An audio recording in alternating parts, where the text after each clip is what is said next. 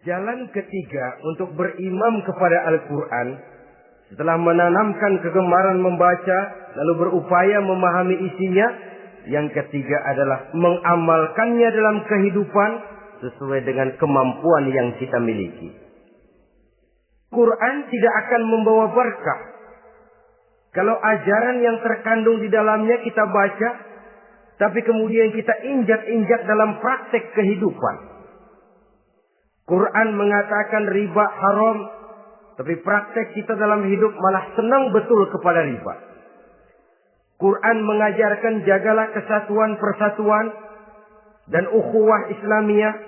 Praktek yang kita lakukan malah centang perenang, malah saling bertolak belakang, malah kadang menjegal kawan seiring, menggunting dalam lipatan, ramai kita dengan kita.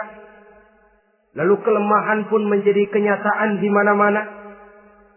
Quran sekali lagi tidak akan membawa berkah kalau yang kita baca kita injak-injak.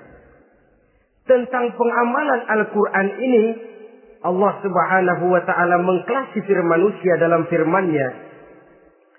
Tsumma awrasna al-kitaba allazina istafaina min ibadina. Kemudian kami wariskan Al-Quran ini kepada hamba-hamba kami yang kami pilih. Ya Allah, coba saja kita lihat ayat ini.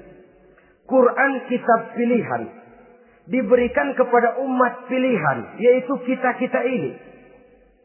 Lalu bagaimana umat pilihan ini setelah menerima Al-Quran?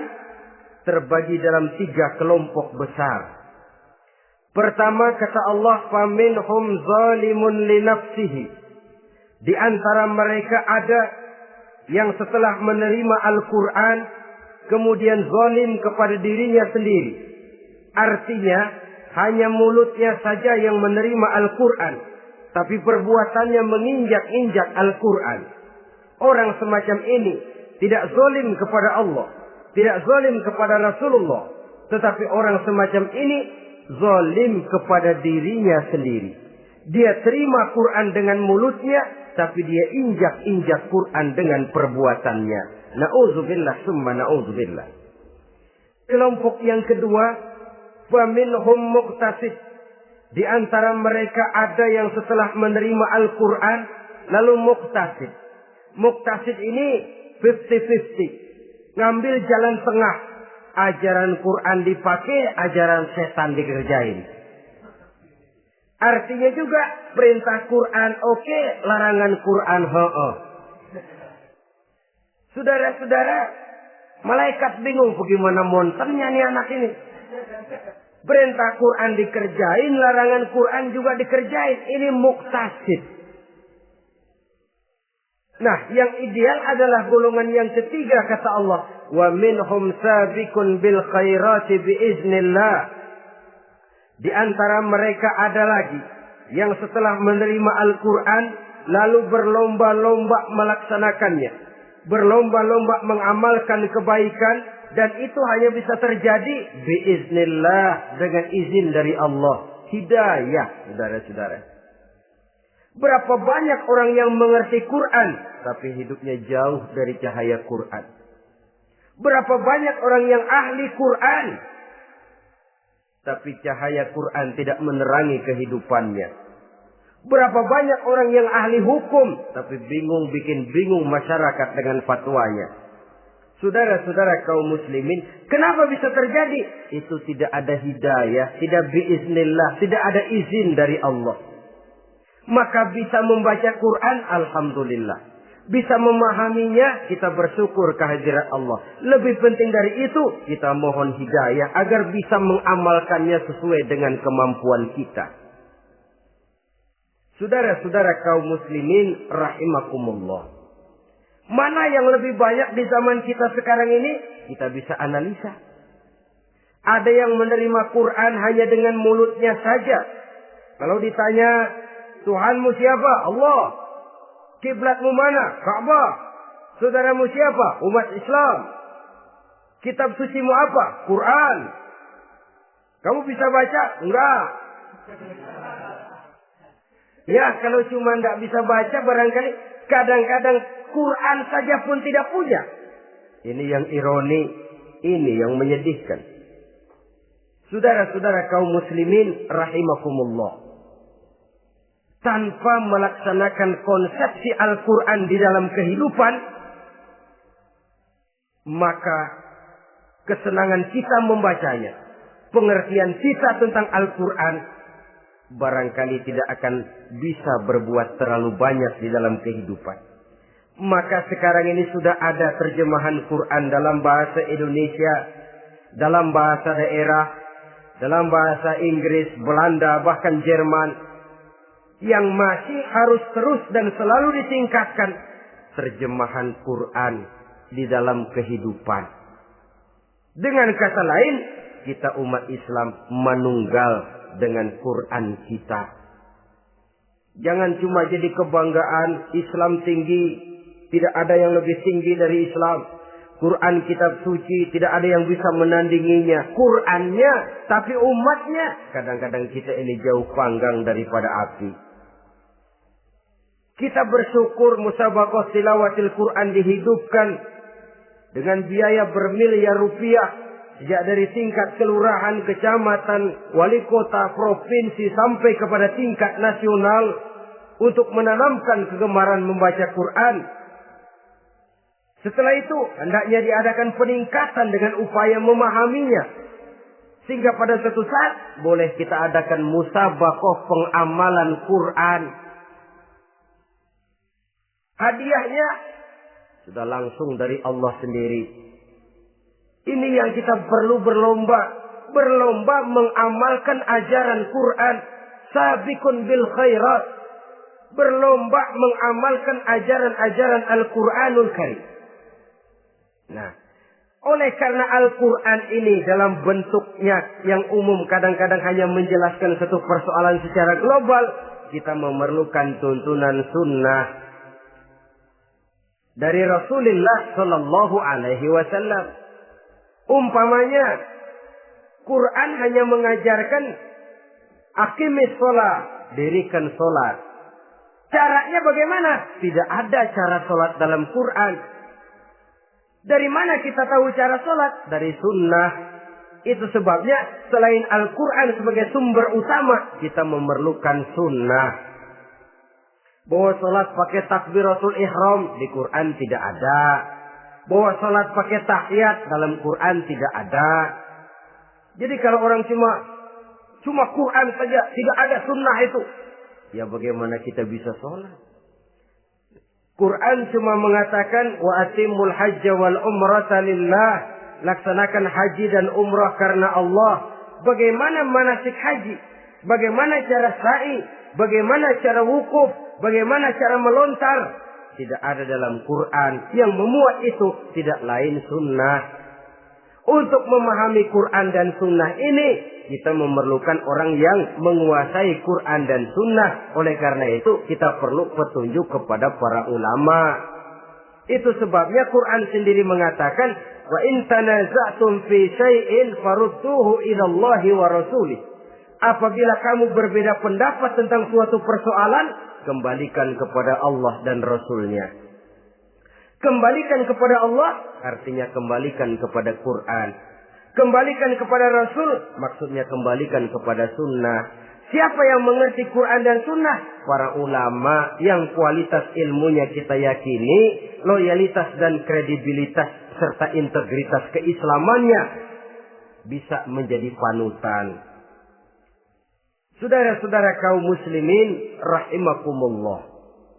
Dengan demikian, kalau orang berkata langsung saja memahami Quran, sekarang kan sudah banyak terjemahannya, tidak usah lewat ulama-ulamaan.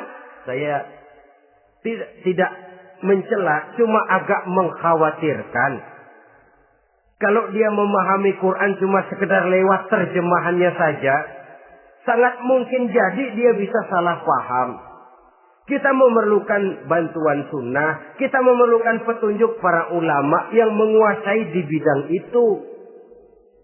Kembalikan kepada Quran dan sunnah, artinya bertanya kepada orang yang memahami Quran dan sunnah. Nah, dengan begitu kan akan terjadi perbedaan pendapat. Perbedaan pendapat sesuatu yang halal sepanjang tidak menyebabkan kita berpecah belah. Halal berbeda pendapat. Asal diletakkan pada proporsinya. Apalagi kalau perbedaan pendapat itu cuma masalah teknis, bukan masalah prinsip. Kenapa tidak pulang saja kepada tuntunan Quran? Lana a'maluna walakum a'malukum. Kami akan mengamalkan amalan yang kami yakini benarnya. Saudara persilahkan mengamalkan amalan yang saudara yakini benarnya. Sama-sama punya alasan, sama-sama punya dalil.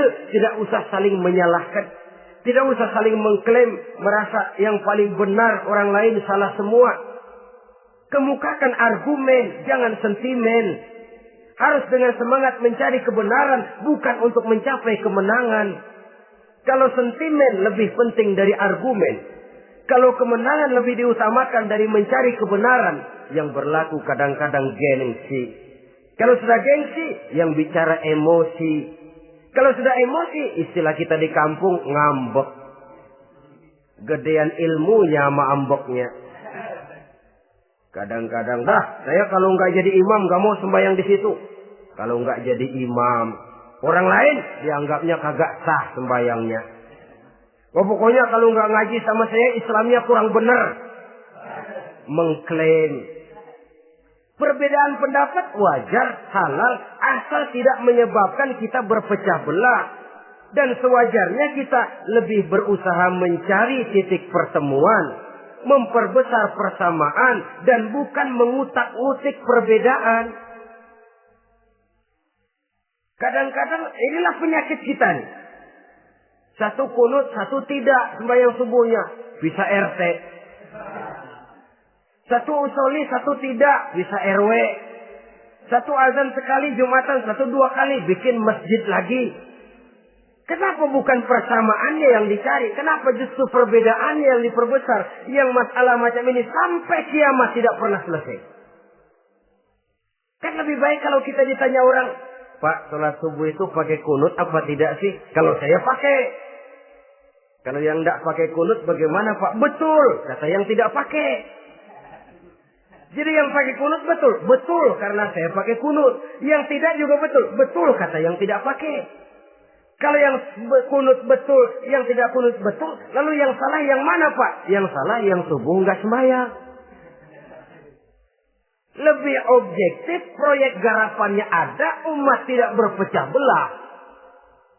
Ini yang konyol. Kadang-kadang khutbah Jumat pakai membongkar khilafiyah. Menghantam tahlil, menghantam kunut. Selesai sembahyang Jumat, apa yang terjadi? Umat resah, masyarakat gelisah, polemik timbul, masalah tidak terselesaikan. Orang jadi khotib itu raja dalam mimbar Jumat. Siapa yang mau bantah dia?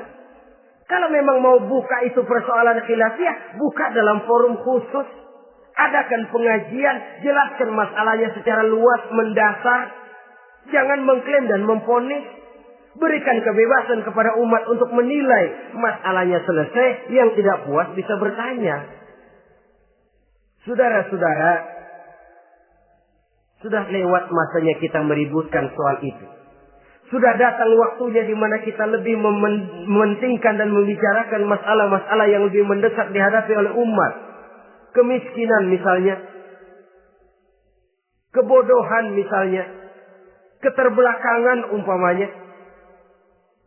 Peluang untuk mendapatkan pendidikan yang layak bagi anak-anak kita yang berotak cerdas tapi tidak punya kemampuan ekonomi umpamanya.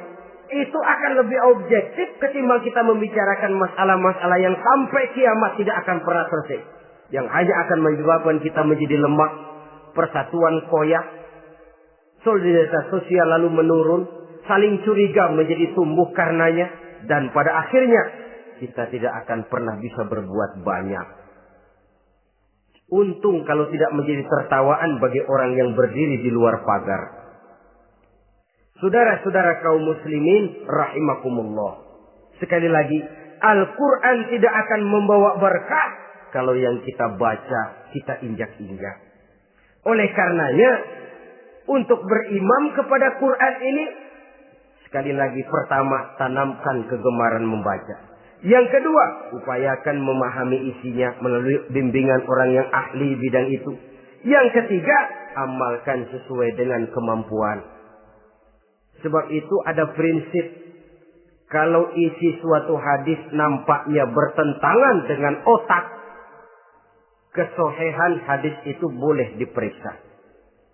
Tapi kalau ayat Quran nampaknya bertentangan dengan otak, otaknya yang harus diperiksa. Jangan Qurannya lalu disesuaikan dengan otak.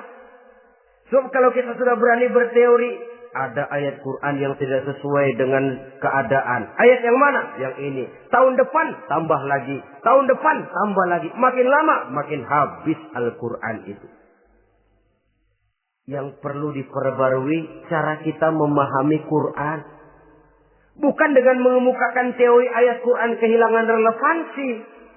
Cara kita memahami barangkali yang kurang relevan. Dalam situasi, dalam konteksnya dengan situasi dan kondisi. Jangan lupa, Al-Quran ini kan untuk semua umur. Dia bisa dipahami secara filosofis. Dia bisa dipahami dengan kacamata orang awam.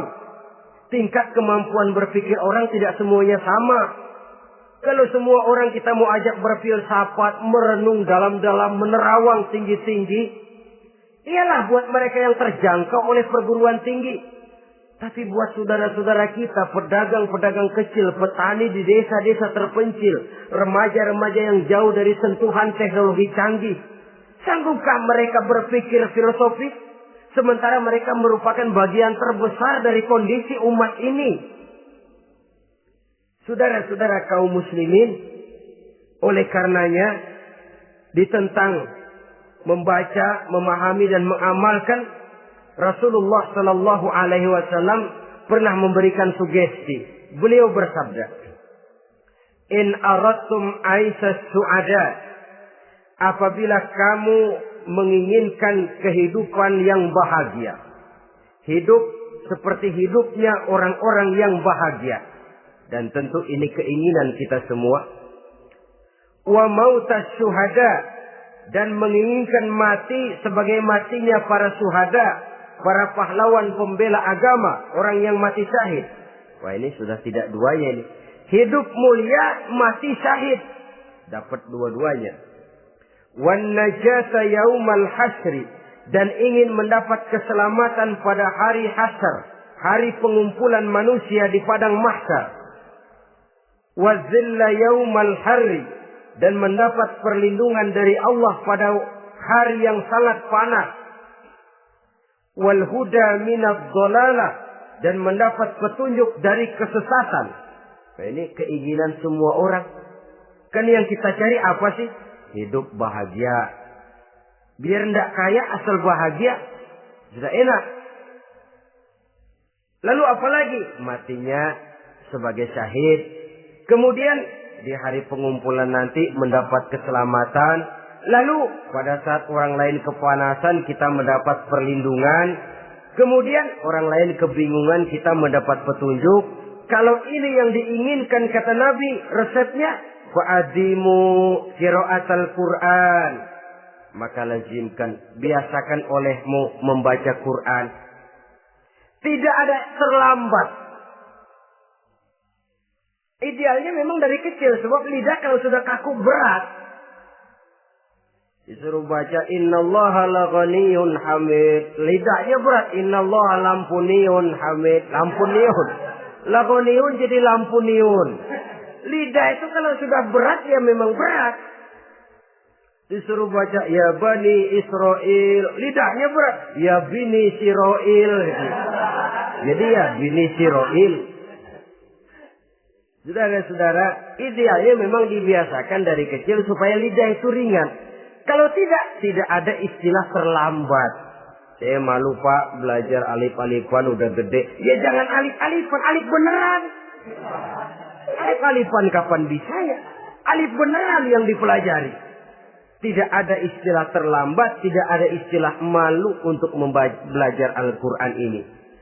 Saudara-saudara kaum muslimin rahimakumullah. Ini sugesti untuk menanamkan kegemaran membaca. Lalu sugesti untuk memahaminya. Tentu banyak ayat, banyak hadis. Mengapa tidak di antara kamu sekelompok orang yang berangkat untuk memperdalam, memahami agama. Falaula nafara min kulli firqatin minhum ta'ifatun liyatafaqahu fid din.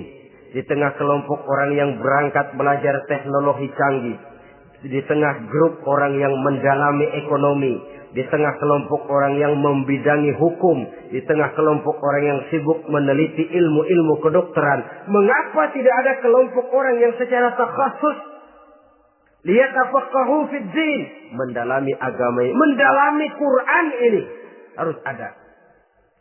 Lalu sugesti untuk mengamalkan Al-Quran kelihatan dari peringatan Allah yang kita bisa temukan pada surah Toha ayat 124 sampai dengan 127. Wa man a'rada an zikri, barang siapa yang berpaling dari peringatanku, kata Allah. Barang siapa yang berpaling dari Al-Quran ini, dia terima Al-Quran, dia imani Quran, tapi dia berpaling dari ajarannya, dia injak-injak apa yang seharusnya dia amalkan, dia perturutkan hawa nafsunya, maka kata Allah, fa inna lahu ma'isyatan dhanka, dia akan diberikan satu penghidupan yang sempit. Inna lillahi wa inna ilaihi raji'un. Diberikan hidup yang sempit. Kalau hidup sudah terasa sempit, bagaimanapun luasnya rumah, sempit. Kalau hidup sudah terasa sempit, bagaimanapun banyaknya harta, sumpek. Kalau sudah hidup ini terasa sempit, bagaimanapun luasnya pergaulan, tidak ada tempat kita bertanya, melarikan persoalan, membagi rasa. Siapa yang berpaling dari Quran, dia akan diberikan penghidupan yang sempit. Bukan dagangnya tidak untung, bukan kerjanya tidak digaji, tapi kesempitan hati lebih bahaya loh dari kesempitan ekonomi. Itu di dunia. Di akhirat, wa nahsyuruhu yaumal qiyamati a'ma. Di akhirat nanti dia akan dikumpulkan oleh Allah dalam keadaan buta. Ya Allah, ya Rasul. Padahal ke akhirat kita baru tumben. Sekali ke akhirat buta. Masya Allah. Di tempat kita lahir saja, kalau tadinya kita melihat, tahu-tahu menjadi buta, kita bingung. Padahal jalan sudah pernah kita lihat, arah sudah pernah kita tahu. Bagaimana di padang mahsyar nanti? Kemana jalan yang akan ditempuh? Kepada siapa kita hendak bertanya? Mana teman, mana istri, mana anak? Buta pula kita. Satu kesengsaraan yang merupakan puncak kesengsaraan. Dikala itu orang yang semacam tadi protes. Rabbi, lima hasyartani a'ma wa qad kuntu basira. Wahai Allah, kenapa hari ini saya dikumpulkan dalam keadaan buta? Padahal ketika di dunia dulu saya melihat, saya menyaksikan gunung yang menjulang tinggi ke angkasa. Saya melihat lautan yang luas terhampar biru membentang. Saya saksikan tanah, sawah luas menguning. Saya saksikan keindahan alam. Di dunia saya melihat Allah. Kenapa sekarang saya dikumpulkan dalam keadaan begini? Protes dia, tidak terima dia. Allah jawab, kadzalika atatka ayatuna fanasitaha. Kata Allah, begitulah memang. Dahulunya waktu di dunia telah datang ayat-ayat kami kepadamu.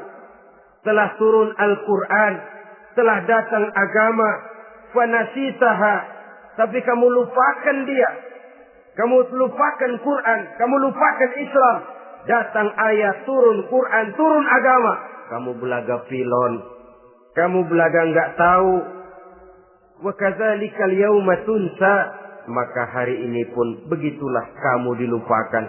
Sebagaimana dulu waktu di dunia, kamu telah melupakan ayat-ayatku. Melupakan kitabku, melupakan ajaran-ajaranku. Hari ini kamu pun dilupakan. Seolah-olah Tuhan cuma enggak bilang, mereka protes, Tuhan, kenapa saya buta padahal di dunia saya ngelihat? Kata Tuhan, kalau bahasa kita, lu rasain. Lu sih, kenapa dulu di dunia? Pura-pura enggak lihat. Kenapa waktu di dunia? Pura-pura nggak tahu. Kenapa waktu di dunia? Kamu lupakan Quran. Maka hari ini pun engkau kami lupakan. Wa kadzalika al-yawma tunsa. Wa kadzalika najzi man asrafa wa lam yu'min bi ayati rabbih wal azabul akhirati asyad wa abqa. Demikianlah kami membalas orang yang berlebih-lebihan, orang yang melampaui batas dan tidak mau beriman kepada ayat-ayat Tuhannya, dan sungguh siksa akhirat itu lebih dahsyat dan lebih kekal. Siksa dunia mungkin kelaparan, kekurangan ekonomi, kekurangan pakaian, tapi berapa hari paling lama seumur manusia? 70 tahun umur kita, ya paling lama begitulah. Tapi siksa akhirat, kesengsaraan akhirat, kesengsaraan neraka, asyaddu wa abqa, lebih dahsyat dan lebih kekal. Di zaman sekarang orang bukan cuma berbuat potong kompas, berpikir pun potong kompas, berpikir pun ngambil jalan pintas. Dia lebih memilih kesenangan yang sedikit dengan mengorbankan kesenangan yang abadi. Dia mengejar surga yang sebentar dengan menghancurkan surga yang kekal. Dicarinya surga dunia, hidup cukup, rumah bagus, makan bagus, pakaian bagus, istri bagus, dengan menghalalkan segala macam cara, berpaling daripada kehidupan agama, lalu menginjak-injak Al-Quranul Karim. Kita berlindung kepada Allah, jangan sampai dimasukkan dalam kelompok yang di akhirat nanti dibangkitkan dalam keadaan buta. Na'udzubillah summa na'udzubillah.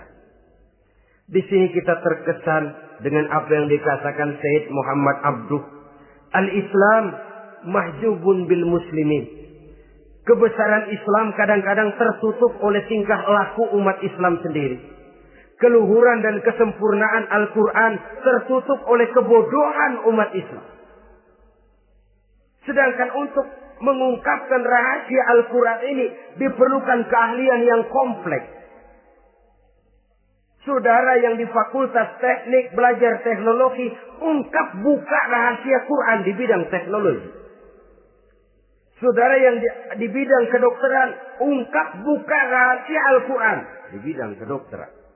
Saudara yang ahli geologi, pelajari struktur kulit bumi dengan mengungkap rahasia Al-Quran. Sehingga pengkajian kita tentang teknologi, pengkajian kita tentang angkasa luar, pengkajian kita tentang anatomi manusia akan berakhir kepada subhanaka ma khalaqta hadza batila. Ya Allah, tidak satu pun yang engkau ciptakan ini sia-sia. Perut bumi mengandung minyak, timah, kekayaan yang berharga untuk manusia. Mempelajari angkasa luar bisa memahami musim dan menyelamatkan manusia. Mempelajari rimba belantara, teknologi canggih, akhirnya akan memperkuat nilai-nilai iman. Menerjemahkan ajaran Quran lewat disiplin ilmu yang kita kuasai masing-masing, untuk kemudian bekerja sama bahu-membahu dalam rangka mengimani Al-Quran, mengamalkan Al-Quran, dan mengawal keluhuran Al-Quranul Karim yang atas dasar tuntunannya kita hidup, untuknya kita berjuang, dan dalam bimbingannya kita ingin kembali menghadap Allah Subhanahu wa Ta'ala. Inilah pertemuan yang singkat ini. Mudah-mudahan kita diberikan kekuatan oleh Allah untuk berimam kepada Al-Quran, menjadikannya sebagai pedoman utama di dalam kehidupan kita. Terima kasih atas segala perhatian. Mohon maaf atas segala kekurangan. Usikum wa nafsi bitaqwallah. Wassalamualaikum warahmatullahi wabarakatuh.